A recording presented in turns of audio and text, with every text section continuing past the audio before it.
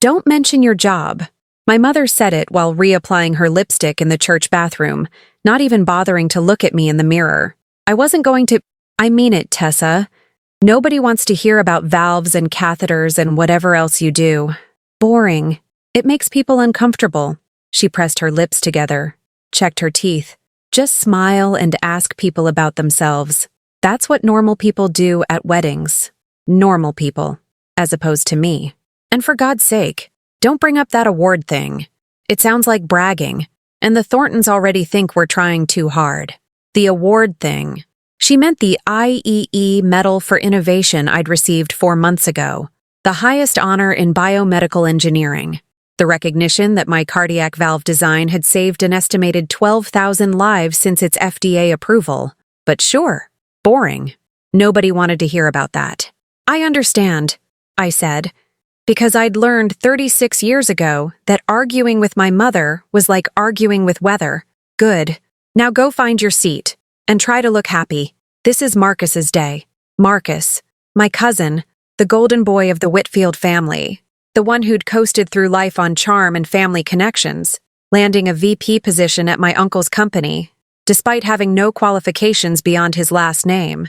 He was marrying Elise Thornton, daughter of a prominent real estate family, in a ceremony that probably cost more than my first 3 years of salary combined.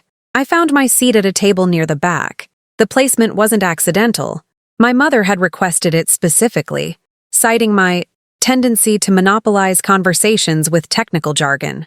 Dean was already there, looking uncomfortable in his rental tux. He squeezed my hand when I sat down. Your mom? The usual. Did she mention the award? Only to tell me not to bring it up. He shook his head slowly. I've been married to you for 8 years, and I still don't understand how you came from that family. Recessive genes. I'm the mutation. The ceremony was beautiful, I suppose. White flowers, string quartet, perfectly choreographed vows that sounded like they'd been written by a greeting card company. Elise cried at the right moments. Marcus beamed with the easy confidence of a man who'd never had to work for anything in his life. My mother sat in the third row, dabbing her eyes with a monogrammed handkerchief, the picture of maternal pride. My father sat beside her, checking his phone whenever he thought no one was looking. My sister Amber was taking selfies. My brother Jared was probably calculating how much the wedding cost and resenting every penny that wasn't being spent on him. And I sat in the back, invisible, just like my mother wanted. The reception was at a historic estate in the countryside. Crystal chandeliers, ice sculptures, a 7-piece band playing standards, the kind of wedding that announced itself, that demanded to be noticed and admired. I found our table, still in the back, still practically in exile, and settled in for an evening of smiling politely and counting the minutes until I could leave. Dinner was served, prime rib and salmon, because apparently choosing one would be insufficient for a Whitfield wedding. The conversation at our table was light, forgettable. Dean chatting with the couple beside us about golf, me nodding along to someone's story about their kitchen renovation. Then came the toasts. Marcus's father went first. Uncle Victor, red-faced and jovial, talking about his son's natural leadership abilities and bright future. I translated mentally, nepotism and trust fund. The bride's mother followed. Elegant, gracious, welcoming Marcus into their family with words that sounded warm but meant nothing. And then the best man stood up. I hadn't paid much attention to him during the ceremony, just a tall figure in a matching tux, standing beside Marcus at the altar. But now, in the full light of the reception hall, I could see him clearly, distinguished, late 40s, silver at the temples, confident posture of someone accustomed to commanding rooms. For those who don't know me, he began, I'm Nathan Cross. Marcus and I met 15 years ago when he was dating my sister. That relationship didn't survive, but our friendship did. Polite laughter. I reached for my water glass. I've watched Marcus grow from a reckless 20-something into the man standing before you today. A man of integrity, loyalty, and— He stopped. His eyes had been scanning the room as he spoke, the way experienced speakers do, making eye contact, connecting with the audience. But now his gaze had landed on something. Someone. Me. I felt the weight of his attention like a physical thing. His brow furrowed, his champagne glass lowered slowly to the table. "I'm sorry," he said, and his voice had changed, confused, uncertain. "I'm sorry, forgive me, but I need to." He stepped away from the microphone, started walking through the room, toward me. The murmur that rippled through the crowd was audible, confused whispers, heads turning, everyone trying to figure out what was happening. Dean tensed beside me. Tessa? I didn't know. I didn't understand. This man was a stranger to me. I'd never seen him before in my life, but he was walking toward me with purpose, with recognition, with something that looked almost like reverence. Let's take a short break here. Everything we create for this channel, we create with love, but we could really use your support. We've put together a collection of incredible original stories, the kind that stay with you long after you finish them. If you'd like to help us keep this channel alive and get something beautiful in return, scan the QR code on screen. Now, back to the story. He stopped at my table. The entire room was watching now.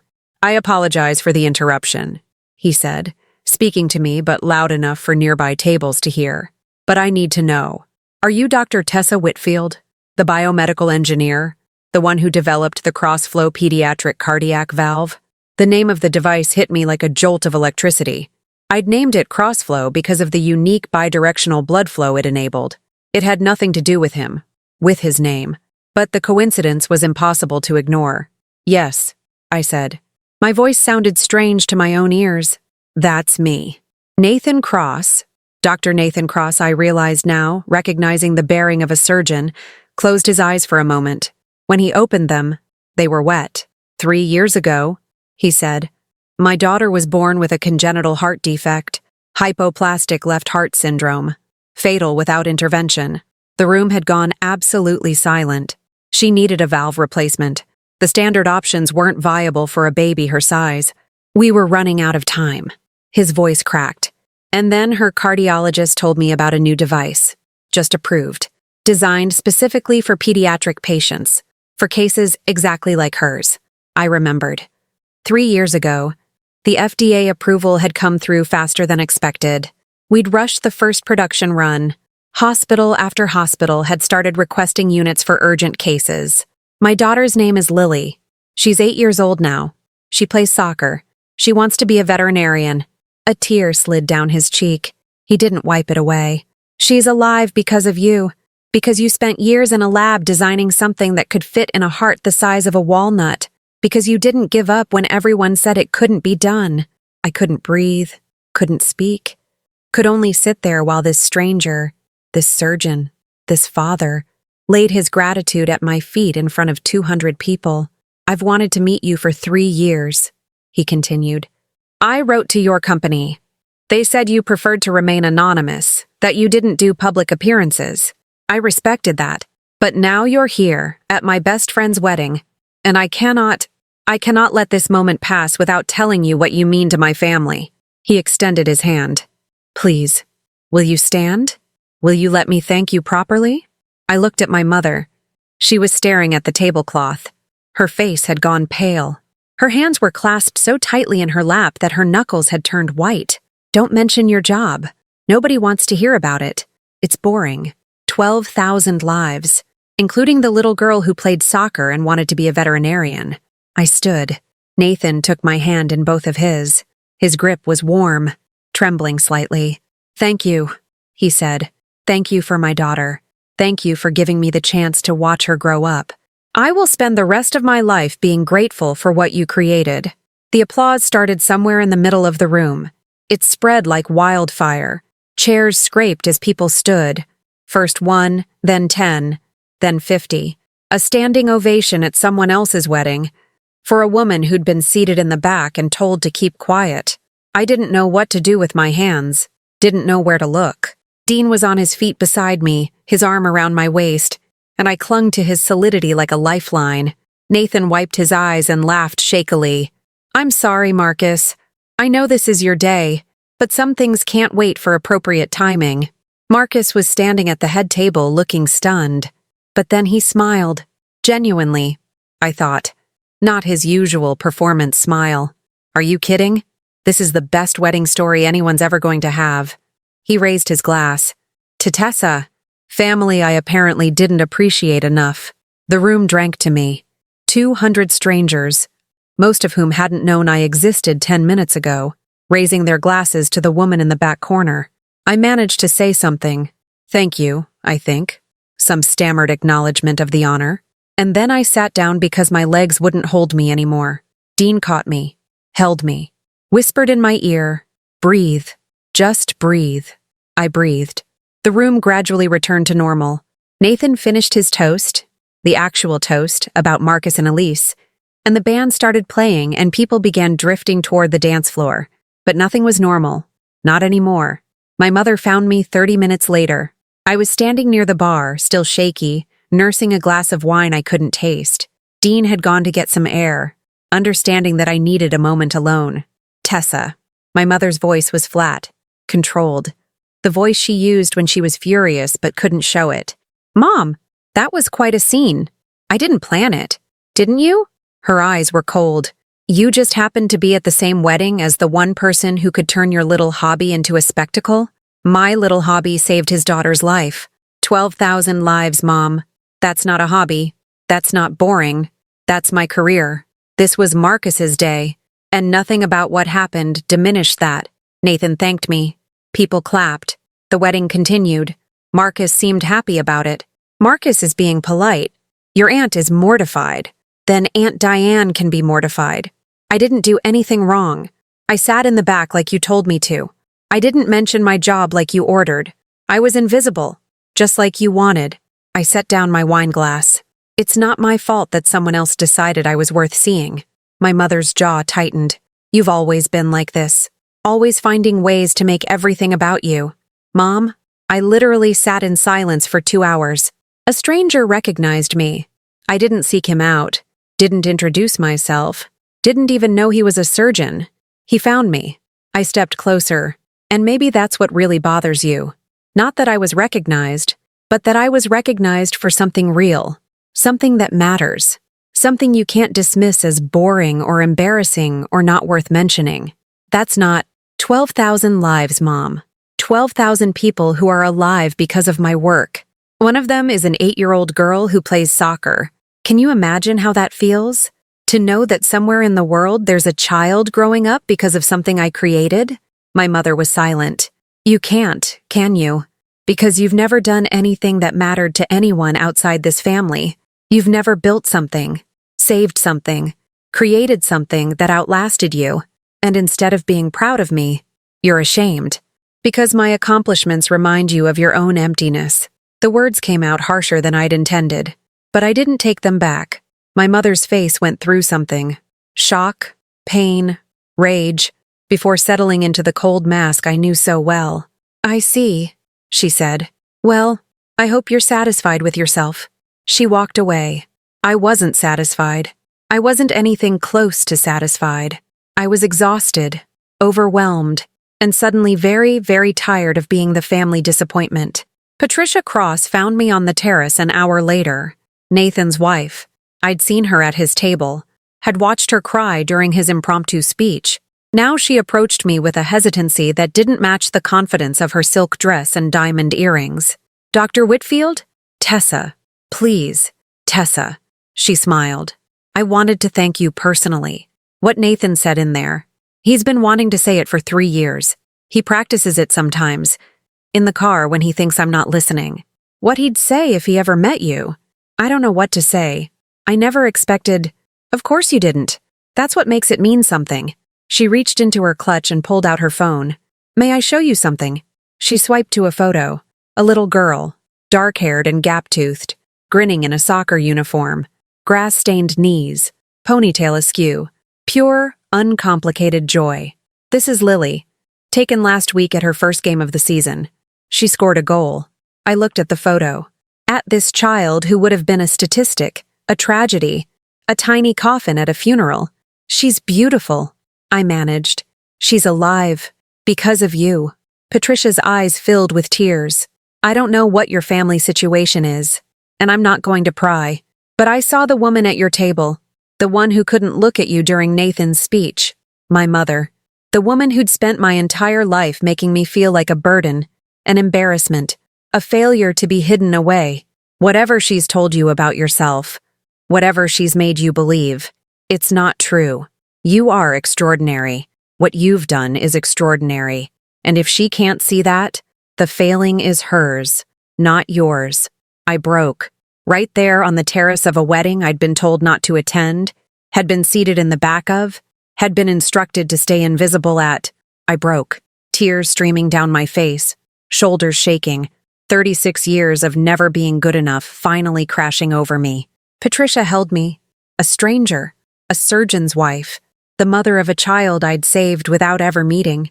She held me while I cried and didn't ask me to stop. "It's okay," she said. "It's okay to feel this. It's okay to finally be seen." Dean found us like that. He took one look at my face and wrapped me in his arms, thanking Patricia, guiding me away from the party toward the quiet of the parking lot. "Take me home," I whispered. "Are you sure? We don't have to leave." "I'm sure. Please. I just want to go home." We drove in silence for a while, the highway unspooling ahead of us, the wedding receding in the rearview mirror like a dream that had gotten too real. Finally, Dean spoke. 12,000 lives. That's the estimate, based on procedure rates and survival statistics. 12,000 people who are alive because my wife is brilliant. He shook his head. "And your mother told you not to mention it because it was boring. That's not even the worst thing she's ever said." "I know. That's what kills me." He reached over, took my hand. "I want you to know something. Whatever happens with your family after tonight, whatever they say or don't say, I'm proud of you. I've always been proud of you. From the first day I met you in that terrible campus coffee shop, I knew you were going to change the world. I was 22. I didn't know anything. You knew enough. You knew you wanted to help people. You knew you were willing to work harder than anyone else to do it."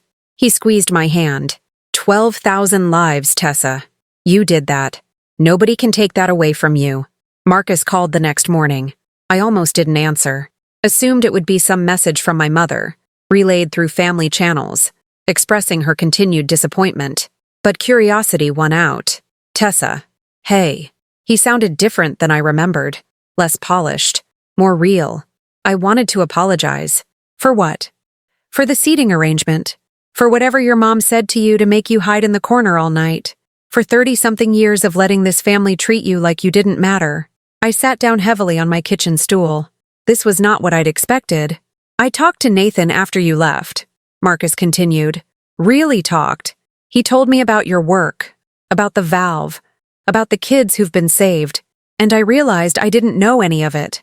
My own cousin, doing something actually important with her life, and I had no idea because nobody ever mentioned it. Mom asked me not to talk about it. I know. She told Aunt Diane the same thing.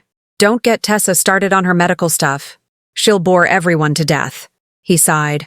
"I'm sorry, Tessa. I should have asked. Should have been curious. Instead, I just went along with what everyone said about you." "What did everyone say about me?" "That you were antisocial, awkward, too focused on work to have a real life. That you thought you were better than us because you had degrees and we didn't." I laughed. It came out bitter. "I never thought I was better. I thought I was worse. That's what they made me believe. I'm starting to understand that." He paused. "Listen, I know we're not close. We've never been close. But I'd like to change that. Elise was really impressed by what Nathan said, and she's been researching your work all morning. She thinks you're incredible. And honestly, so do I. Marcus, I'm serious. Whatever stupid family politics made you the outcast, I don't want to be part of that anymore. You saved thousands of kids' lives. That's more than anyone else in this family will ever do."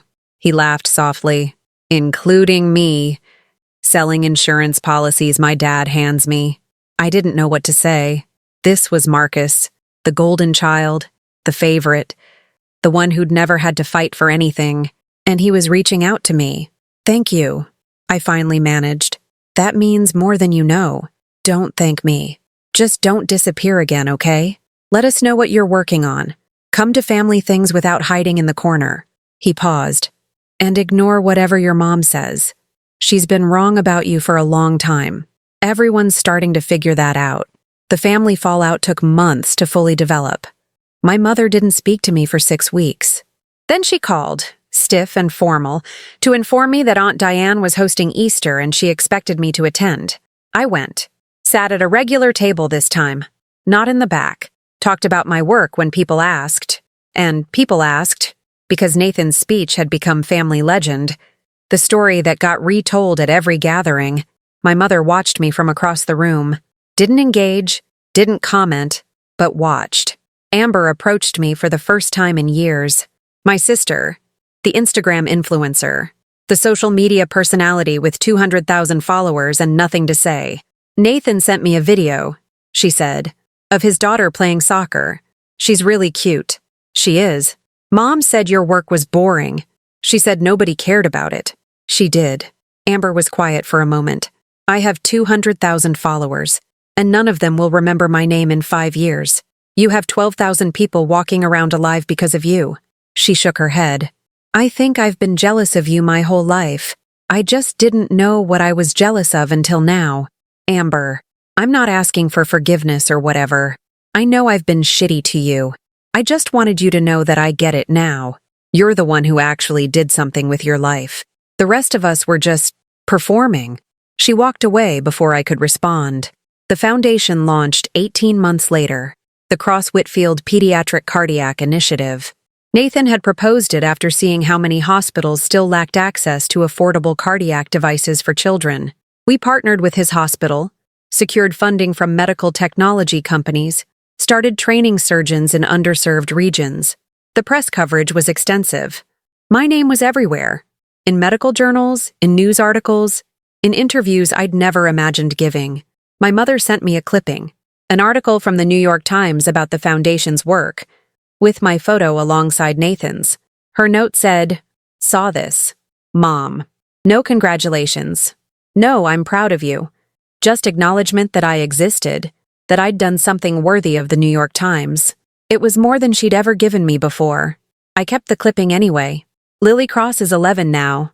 She visits the lab sometimes when Nathan brings her to see the place where they make the magic heart parts. She's outgrown the soccer phase. Now it's marine biology, saving the oceans, protecting sea turtles. You save people, she told me last visit. I'm going to save animals. We're the same, basically. I didn't correct her, didn't point out the vast differences between pediatric cardiac surgery and marine conservation. Just smiled and told her that saving anything was worthwhile. My dad says you're the smartest person he's ever met, she added. Smarter than all the doctors at the hospital. Your dad is very kind. He says you're also the most humble, that you never want credit for anything. She tilted her head, studying me with the intensity only children can muster. Why not? You saved my life. You should want everyone to know.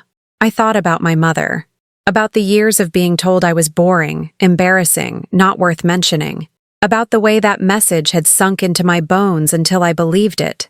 Sometimes, I said carefully, when people tell you for a long time that you're not important, you start to believe them. And even when you do important things, part of you still thinks you're not allowed to be proud. Lily frowned. That's dumb. You should be super proud. I'm proud of you and I only met you like 3 times. You're right. It is dumb. I smiled. I'm working on it. Good. She nodded decisively. Because when I save all the sea turtles, I'm going to tell everyone. I'm going to be on TV and everything. I'll watch every interview. You better. My mother is getting older now. 71. Still incapable of saying she's proud of me. But she's stopped actively diminishing my work. She came to the Foundation's 5th anniversary gala, sat in the audience while Nathan gave a speech, while Lily presented me with a hand-drawn certificate declaring me an honorary sea turtle saver. I looked at my mother during the applause. She was clapping. Actually clapping. After the event, she approached me. That surgeon, Nathan, he told me something tonight. She wasn't looking at me. He told me that when Lily was born, he and his wife decided they wouldn't have more children. Too afraid. But after the surgery, after she survived, they changed their minds. They have a son now, 4 years old. I hadn't known this. He told me because he wanted me to understand what I had, what I'd been dismissing all these years. Silence stretched between us. I'm not going to apologize, she said finally. I don't know how, but I want you to know that I see it now. What you did, what you do, I see it. It wasn't enough. It would never be enough to undo 36 years of damage. But I realized something. I didn't need her approval anymore. 12,000 lives, a foundation training surgeons across 3 continents, a little girl who wants to save sea turtles, a family, chosen and built, not born into, that celebrates me exactly as I am. That's my legacy. Don't mention your job, she'd said, as if saving lives was something to be ashamed of.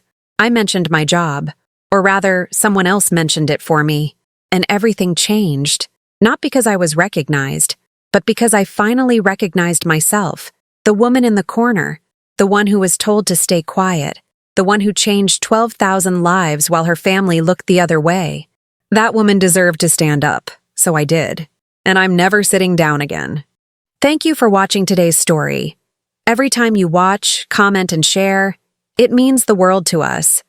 And now there's one more way you can support this channel. We've been working on a collection of brand new stories that we put our heart into. If you'd like to check them out, scan the QR code on screen or visit the link in the pinned comment. Your support helps us more than you know. See you next time.